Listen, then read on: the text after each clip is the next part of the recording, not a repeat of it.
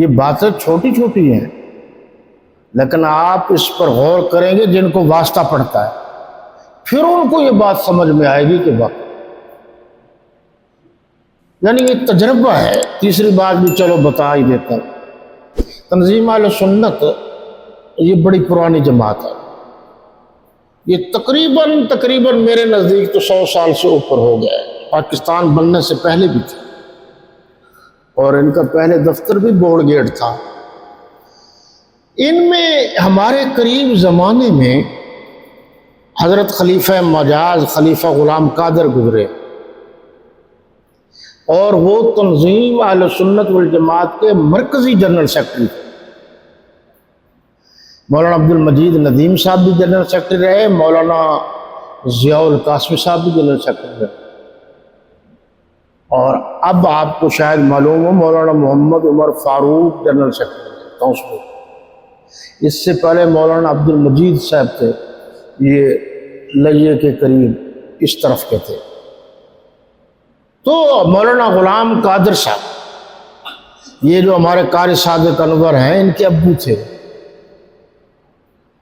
اور حضرت مولانا احمد علی لاہوری رحمۃ اللہ تعالی علیہ کے خلیفہ مجاز تھے، صحیح معنوں میں نیک آدمی تھے۔ یہ جو ہمارا چوک گھنٹہ گھر ہے، یہ اس سے ایک روڈ آ رہا ہے کچہری کی طرف، تھوڑے سے فاصلے پر آئیں تو اس ہاتھ پر روڈ کے اوپر ایک دروازہ ہے مسجد کا، اس مسجد کو کہتے ہیں سناروں والی مسجد۔ انہوں نے وہاں 40 سال خدمت کی مسجد کی،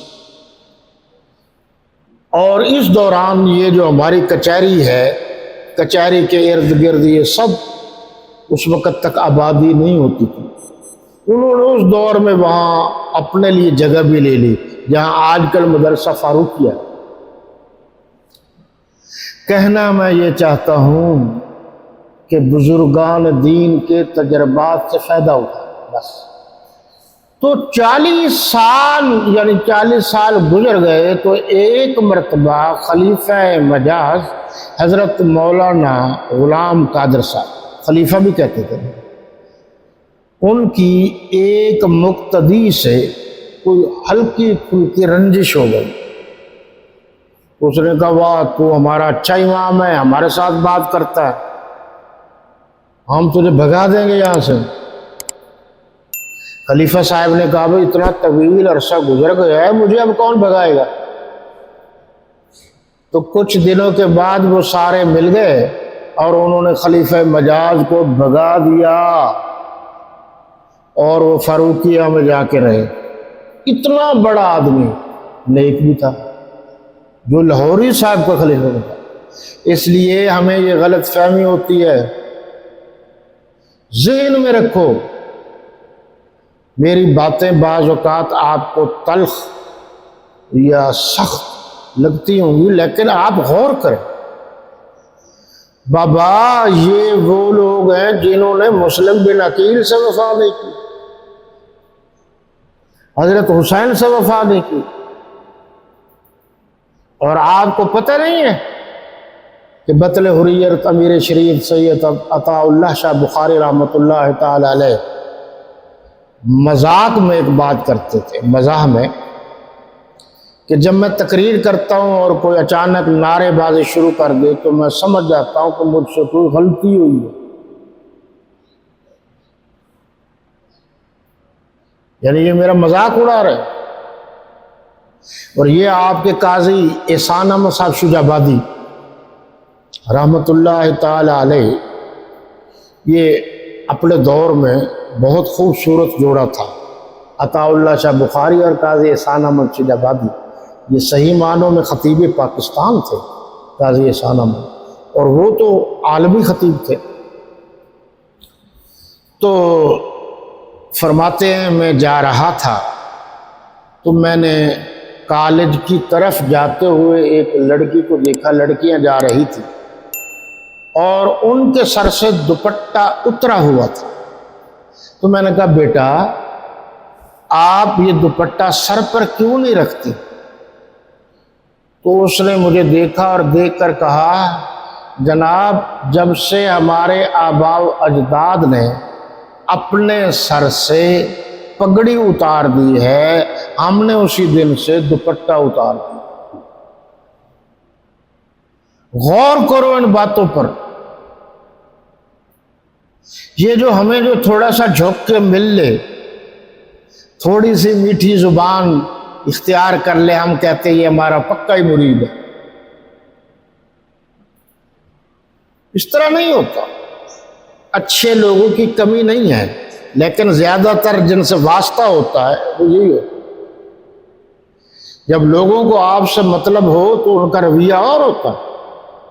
میں نے تو یہاں بھی دیکھا ہے جن کو مجھ سے کوئی کام ہو پھر وہ جلدی بھی آئیں گے، حضرت جی بھی کریں گے یہ بھی، اور خلاصہ اس کے بعد یہ ہوتا ہے کہ ہمارا کام کرا، دنیاوی کام۔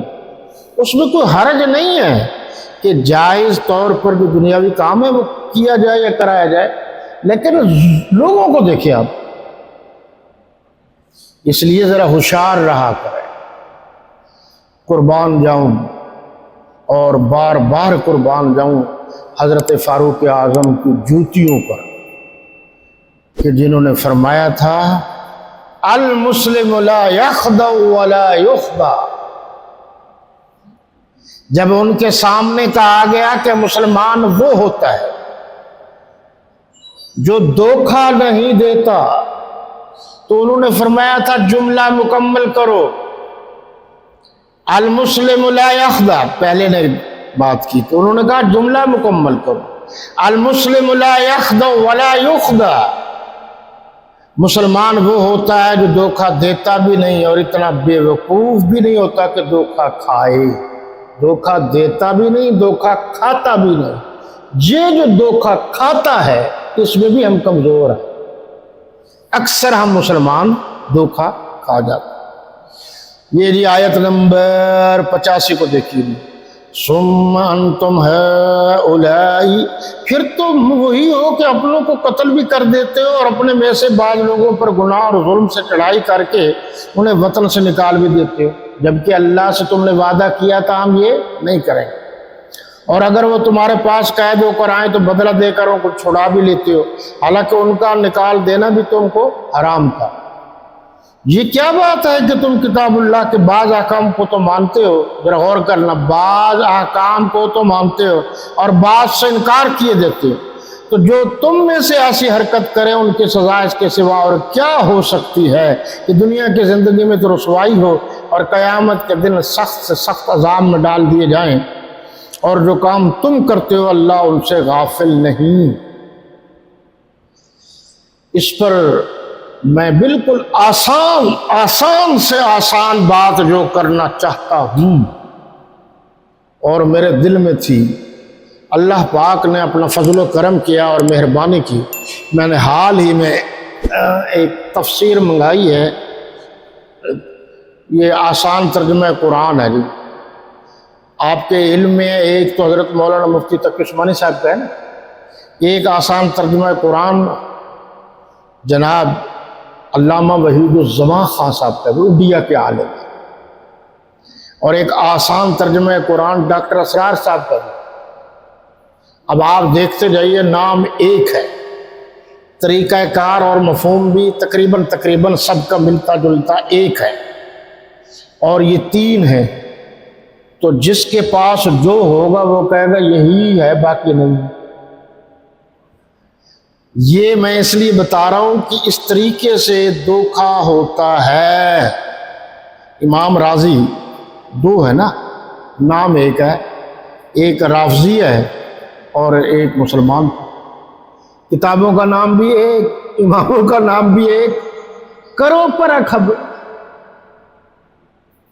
کہ کیسے ہوتا ہے، یہ بڑا مشکل کام ہے۔ جو انہوں نے لکھا ہے یہ میرے دل کی آواز ہے، یہ صفحہ نمبر 77 ہے، ڈاکٹر اسرار صاحب، اسرار احمد صاحب رحمۃ اللہ تعالی علیہ، انہوں نے بھی قرآن مجید کی بڑی خدمت کی ہے، اور اگر آپ کا حافظہ تیز ہو تو ضیاء الحق کے آخری دور میں وہ اسلامی نظریاتی کونسل میں بھی تھے، اور یہ جو سنی شیعہ کا معاملہ تھا جب عروج پر تھا، اس وقت مورخ اسلام حضرت علامہ ضیاء الرحمن فاروقی شہید جماعت کے بڑے تھے، تو ان کو بڑا بلایا گیا تھا ڈاکٹر اسرار احمد صاحب کو کہ آپ دونوں فریقوں کو بلا کر بات سنیں اور فیصلہ کریں۔ سمجھ آ رہی ہے بات؟ ایک تو وہ نہ آئے، فریق مخالف رافض نہ آئے، دوسرا انہوں نے کہا کہ اس کے پاس ہم نہیں آتے جس نے محرم میں اپنے بیٹے کی شادی کی ہے۔ آج کل بھی پوچھتے ہیں نا جی محرم میں شادی جائز ہے؟ تو اللہ کے نبی کی حضرت ختیجۃ الکبریٰ رضی اللہ تعالی عنہ سے جو شادی ہوئی تھی وہ محرم میں نہیں ہوئی تھی۔ حضرت علی رضی اللہ تعالی عنہ کی بیوی فاطمہ الزہرا رضی اللہ تعالی عنہا سے جو شادی ہوئی تھی وہ محرم میں نہیں ہوئی تھی۔ یہ جو قاسم صاحب تھے، امام قاسم، جن کا جھولا نکلتا ہے محرم، ان کی شادی نہیں ہوئی تھی۔